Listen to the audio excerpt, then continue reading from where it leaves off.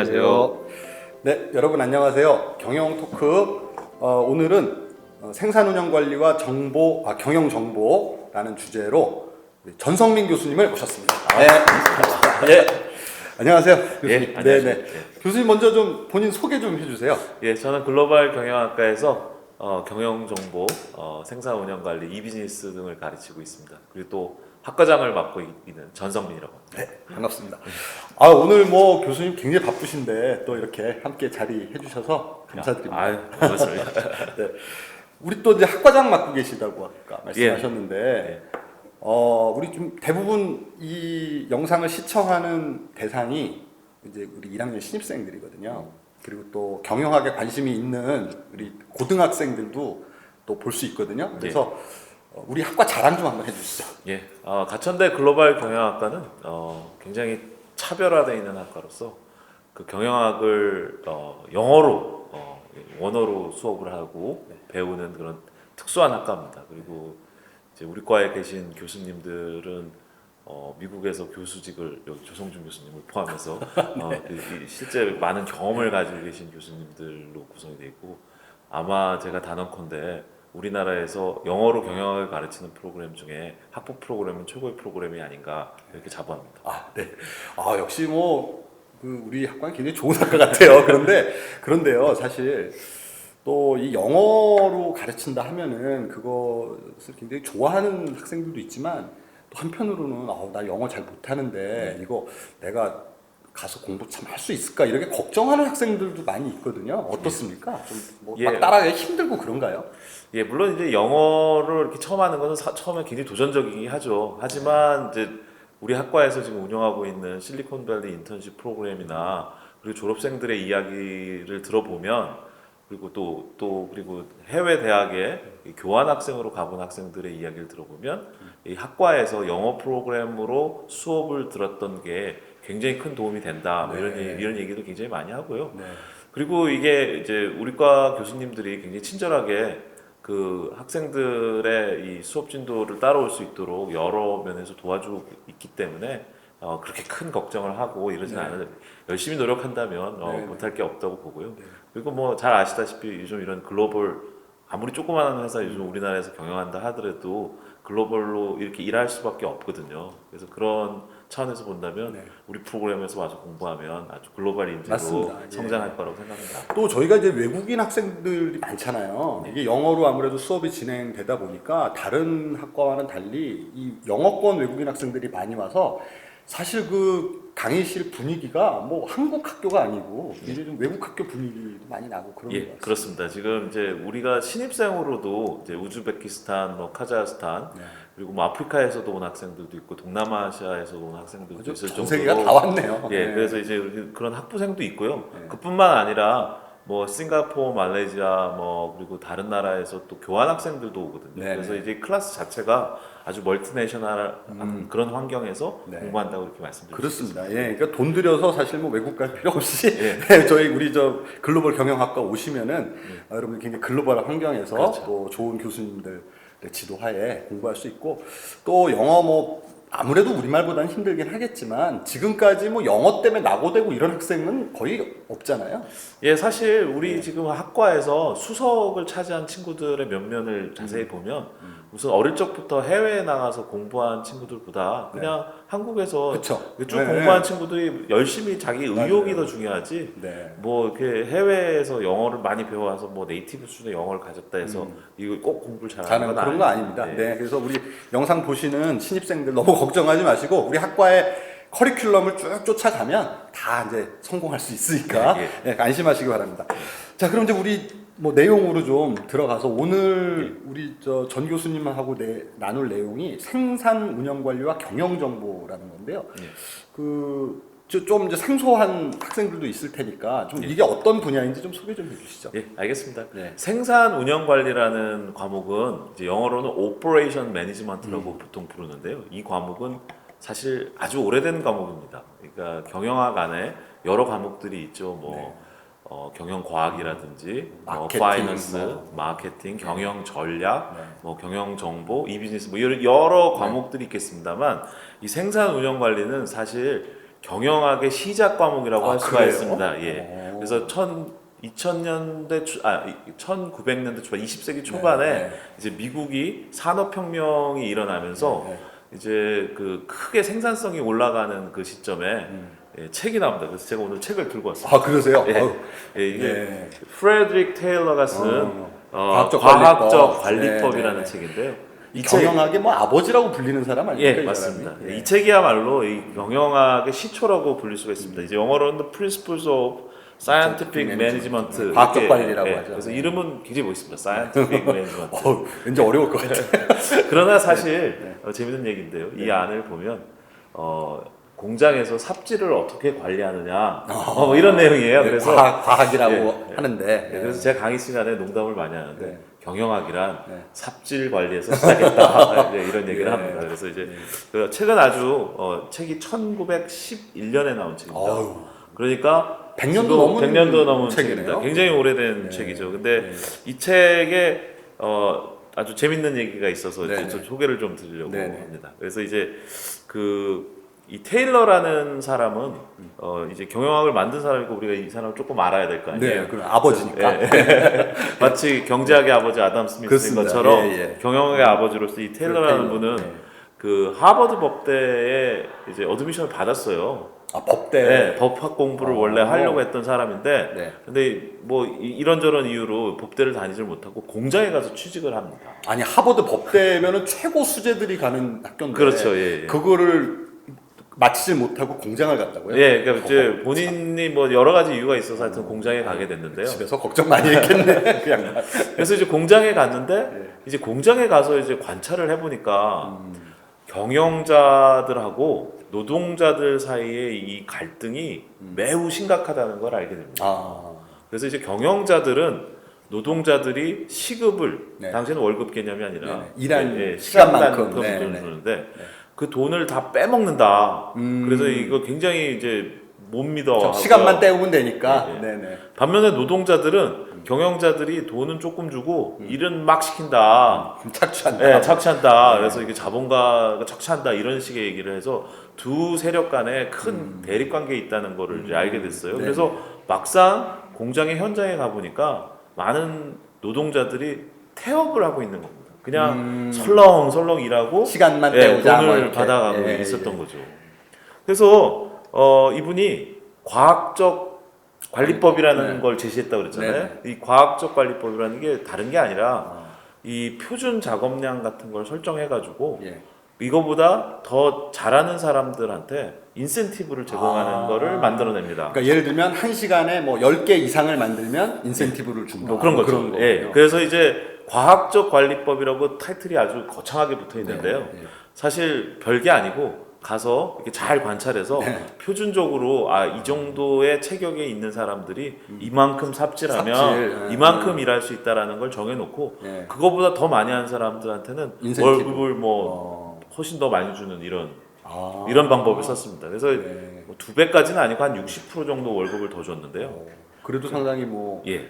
그 동기부여가 되겠네요. 예, 그때 그랬더니 어떤 일이 벌어졌냐면 생산성이 4배가 올라가요.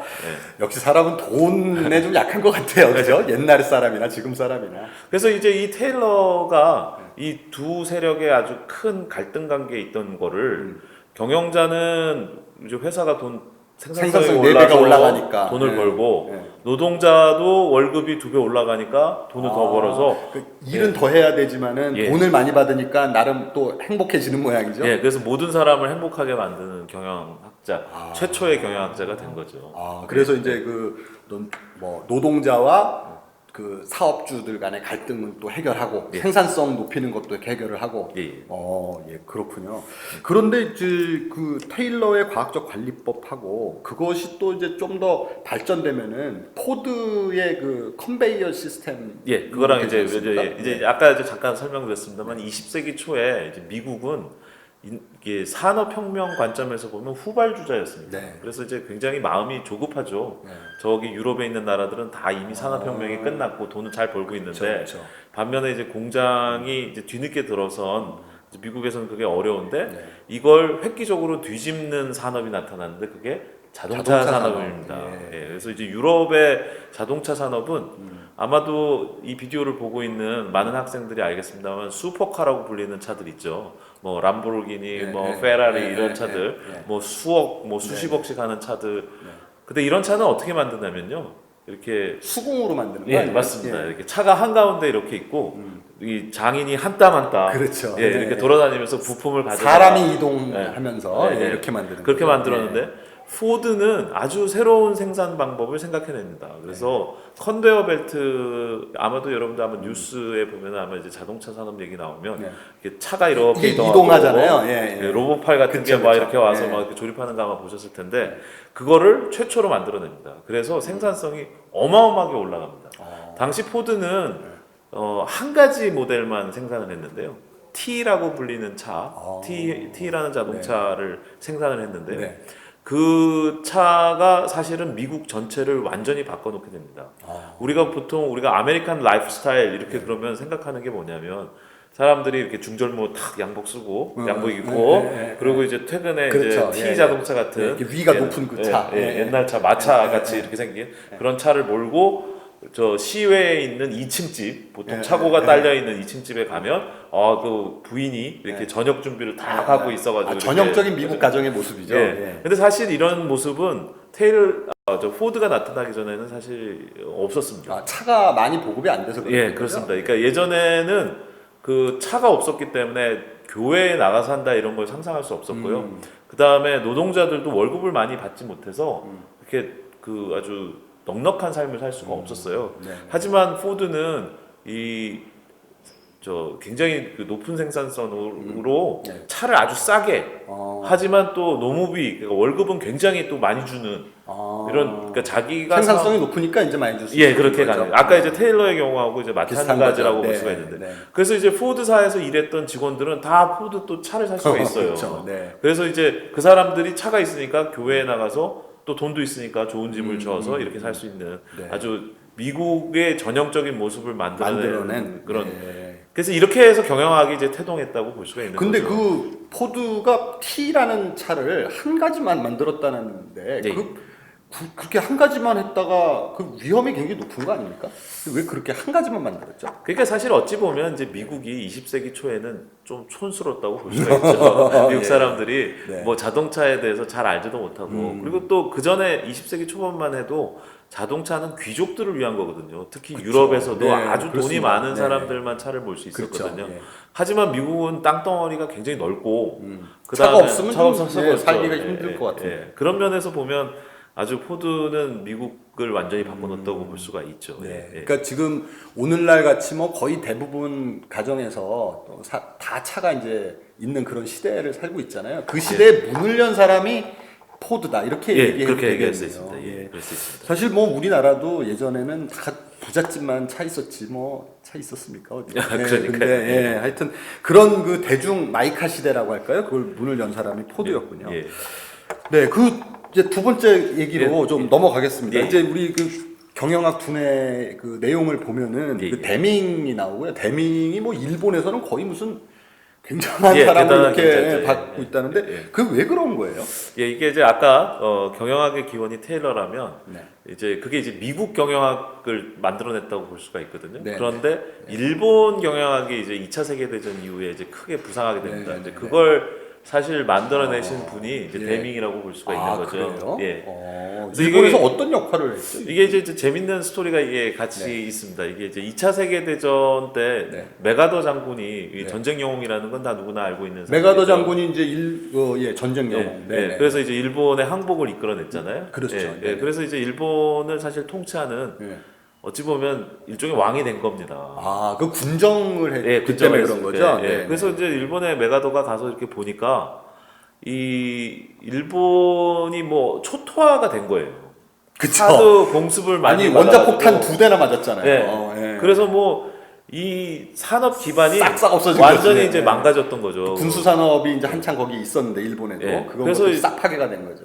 그래서 메가더 장군이 이거를 이제 어떻게 재건해야 될까 이게 가장 큰 고민거리였는데 그래서 이제 데밍이라는 경영학자를 이제 미국에서 이제 초청합니다. 이제 아. 예, 데밍이라는 경영학자는 네. 그 통계학을 아주 잘하시는 분이에요.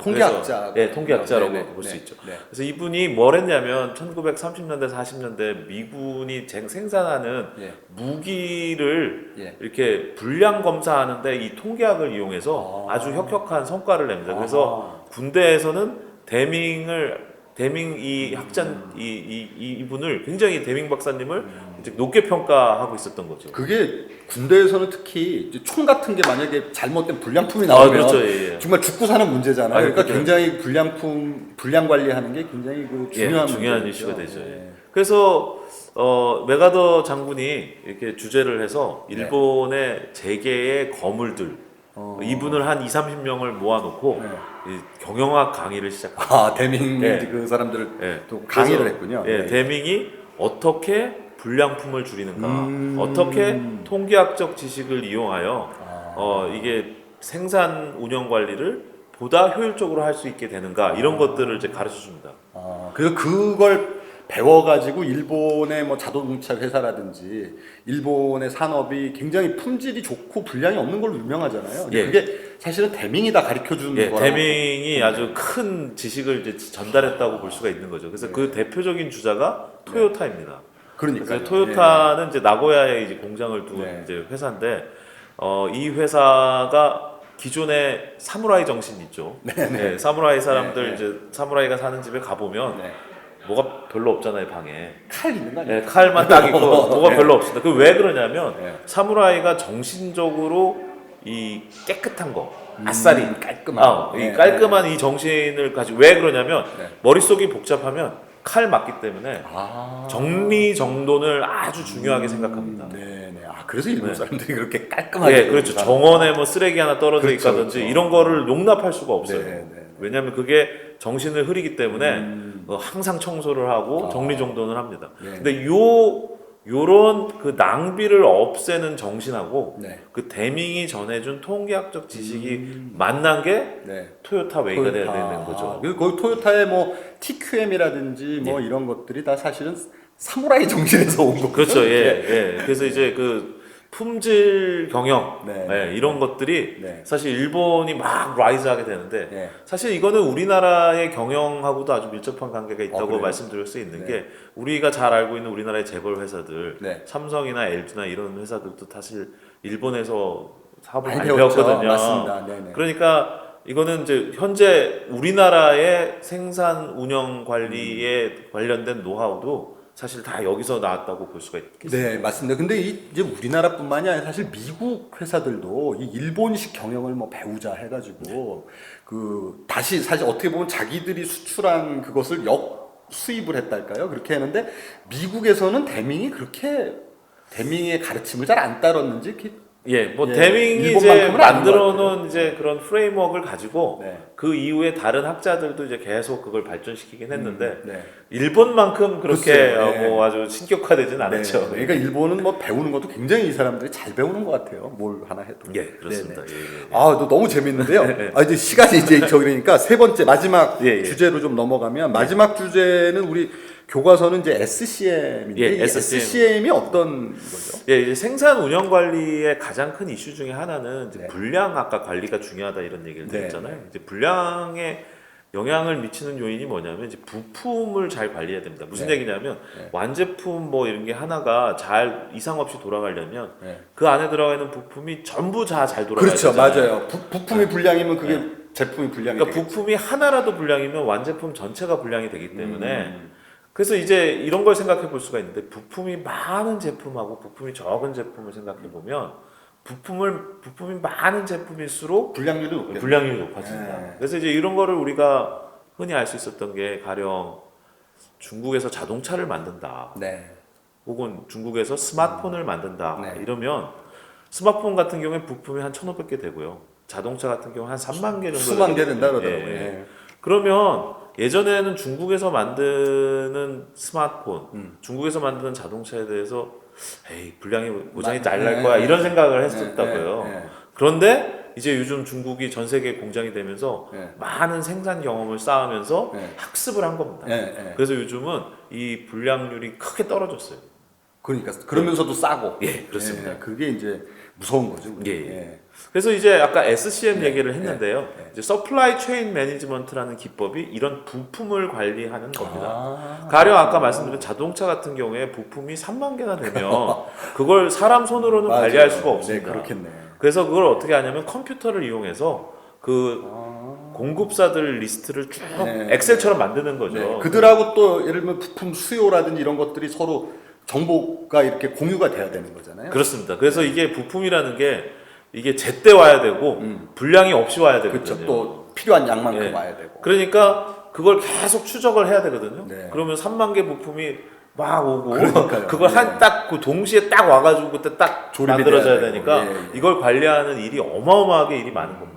그래서 이제 그것이 자연스럽게 경영 정보하고 뭐 관련이 예, 있는 맞습니다. 거예요. 이제 우리가 컴퓨터가 이제 크게 발달하잖아요. 그래서 이제 50년대 특히 전후 이후에 컴퓨터들이 좋은 컴퓨터들이 점점 자꾸 나오니까 네. 이런 컴퓨터를 이용한 서플라이 체인 먼저 그 네. 공급망 관리를 하기 네, 시작했고 예. 그래서 이제 이게 처음 시작한 게 네. 그 자재 소요 계획 Material Requirement Plan이라는 영역부터 이걸 하기 MRP. 시작합니다. MRP. 예, 예. 그래서 이제 아까 말씀드렸던 부품 많으니까 예. 부품의 리스트라든지 예, 예. 언제 오는지 예, 이게 예. 이렇게 그 조립은 어떻게 해야 되는지 뭐 이런 거 관련된 거를 쭉 컴퓨터 시스템을 만들거든요. 네. 근데 이제 이렇게 하고 났더니 이게 아주 좋은 거예요. 예. 그래서 이거를 그치. 그러면 사람이 다 관리하지 네. 않고 컴퓨터가 하니까. 예. 자재만 관리하지 말고 이걸 아예 공장 전체로 관리하자. 아하. 이게 영역이 확대됩니다. 네. 네. 그리고 공장만 관리하지 말고 아예 기업 전체를 다 기업의 관리하는 경영상 거예요. 모든 것을 다 예. 이제 관리하자. 그래서 이제 현대적인 이런 전 정보 경영 정보 시스템을 네. 이렇게 많이 쓰는 걸 ERP라고 부르는데요. 아. 그건 이제 Enterprise Resource Planning을 줄인 네. 말이에요. 예. 그래서 이게 우리말로 하자면 전사적 자원 자원 관리. 계획. 예. 예. 예. 그래서 이제 이게 이 전사적 자원 계획이라는 거는 이게 제조업을 막 하다 보니까 무슨 마케팅, 뭐 인사, 그쵸. 예, 예. 재무 예. 이런 것들에 보니까 다 공통적으로 어떤 프로세스가 있구나라는 걸 알아내서 예. 그걸 다 소프트웨어로 만들어낸 겁니다. 그래서 요즘은 이제 SAP, 예, 뭐 예. 오라클 이런 거 같은 예, ERP 소프트웨어를 들여놓으면 네. 그걸 이용해 가지고 그냥 다 관리를 하는 겁니다. 아. 그래서 이제 우리나라에 삼성도 그렇고요, 뭐 LG도 그렇고 많은 세계적인 기업들이 다 이런 ERP를 예. 이용해 가지고 그 관리를 하고 ERP라는 있습니다. 게 이제 그런 개념이고 그게 애초에는 MRP에서 예, 예. 그러니까 자재 관리를 자재 관리하는 SCM 같은 개념으로 이렇게 하다가 예, 그렇습니다. 그게 점점점 확대된 거군요. 예, 그 그렇습니다. 우리 학과에서도 경영 정보 과목에서 그걸 뭐 배운다면서요? 예, ERP 를. 지금 우리 가천대는 SAP하고 그 SAP University Alliance Program, 우리가 대학에 제공하는 SAP 프로그램의 협력 프로그램에 예, 우리가 예. 가입이 돼 있습니다. 네, 그래서 우리 학교 전산실에서 SAP를 쓸 수가 있고요. 실제로 이거 SAP를 써서 배우려면 네. 라이센스 비용을 어마어마하게 내야 됩니다. 아, 그래요? 네, 그런데 우리 SAP하고 특별한 관계를 이렇게 갖게 돼서 네. 이 전 학생들이- 교수님이 굉장히 애를 많이 쓰신 걸로 제가 알고 있습니다만은. 네, 그래서 학생들이 제 수업에서도 좀 배울 수 있고 여러분들이 네. 관심이 있으면 네. 라이센스를 취득할 수도 있거든요. 그래요? 저 서티피켓, 그러니까 서티피켓. SAP 자격증도 취득할 수가 그게 있습니다. 뭐 좀 취업에 도움이 됩니까? 예, 그렇습니다. 이제 SAP 자격증을 가지고 컨설턴트가 되면 뭐 억대 연봉을 진짜? 받는 사람들도 저도 예, 좀 있습니다. 해봐야 되겠는데 억대 연봉하니까 예, 그냥 예, 확 예, 땡겨지네요. 예, 네. 예, 그렇습니다. 알겠습니다. 너무 이게 재미있는 분야인데 이게 예. 시간이 한정돼 있는 게 좀 아쉬운데요. 예. 하여튼 오늘 너무 재밌는 말씀 감사하고 우리 예. 이제 학생들이 집에 가서 예. 좀 생각해 볼 만한 또 강의실에서 다른 학생들하고 토론해 볼 만한 주제를 한 4개를 갖고 오셨는데요. 예. 한번 소개 좀 해주시죠. 예, 뭐 저 이거 뭐 다 소개하기는 그렇고 네. 예, 하나로 제가 요약해서 이걸 하나로? 예, 네, 말씀드리겠습니다. 네. 뭐냐면 우리가 생산 운영 관리 경영 정보 이게 사실 다 옛날 얘기입니다.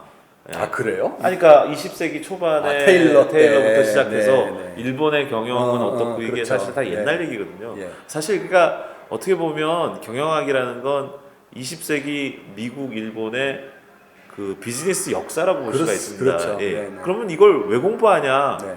지금 현실에 여러분들이 사실 적용이 돼야 예, 회사에 가서 하는 일은 이거하고 직접적 관련이 없는 게 아니냐 이런 생각이 들 거 아니에요. 네네. 근데 그렇지가 않습니다. 좀 생각해보면 그러니까 사실 회사에서 직접 쓰는 일은 네. 뭐 구글 다큐멘트를 쓸 줄 아는다든지 이런 게 더 실질적인 뭐 지식일 텐데 네. 왜 시간을 들여서 이런 공부를 해야 되냐면요. 예. 그건 마치 역사를 공부해야 되는 이유하고 똑같은 겁니다. 왜냐하면 역사라는 건 네. 항상 네. 현재에서 재해석되잖아요. 그렇죠. 예. 그래서 제가 또 미래를 살기 위한 교훈도 주고. 맞습니다. 예, 예. 그래서 그런 측면에서 네. 학생들한테 주고 싶은 생각할 거리로 이런 얘기를 하고 싶어요. 좀 인공지능이 굉장히 부각받고 있고 네. 제4차 산업혁명이 일어난다고 네. 많은 얘기를 하고 있습니다. 근데 그게 사람들은 많이 얘기하지만 정말 나한테 어떤 의미가 있는가 이거 좀 사실 쉽지 좀 않잖아요. 확 와닿진 않아요. 예. 그렇죠? 그래서 그런 온다고는 측면에서 하는데. 예. 예. 그런 측면에서 우리가 지금 이 역사를 지금 한 100년의 역사를 지금 아주 짧게 얘기를 했는데 네. 좀 생각해 볼 수 있는 게 이런 게 있습니다. 이제 아까 테일러 같은 경우에도 뒤늦게 미국에서 일어난 산업혁명 시절에 생산성이 갑자기 올라갔을 때 네. 그때 경영자와 노동자의 갈등 관계 네. 그리고 지금 우리가 맞닥뜨리고 있는 노사 관계, 21세기의 네, 노사 갈등, 예, 예. 인공지능이 도입으로 해서 뭐 전체 직업의 90%가 없어질 네, 거다 뭐 네. 이런 얘기를 하고 있는데 그래서 네, 많은 사람들이 이게 생산성도 올라가지만 직장을 잃을 수 있는 위험도 있는 게 아니냐 맞아요. 예, 이런 네. 얘기를 많이 하고 있습니다. 저도 그래서 교수 직장 없어질까봐 좀 걱정이기도 해요.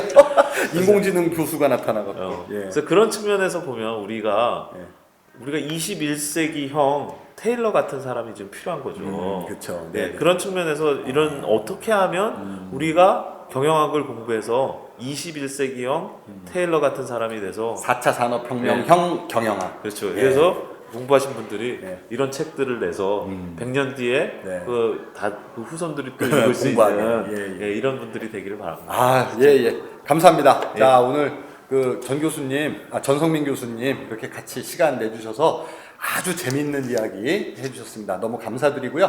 앞으로도 건강하시고 또 우리 학과 발전에 위해서 많이 애써주시기 바랍니다. 감사합니다. 감사합니다. 자, 감사합니다. 여러분 다음에 뵙겠습니다.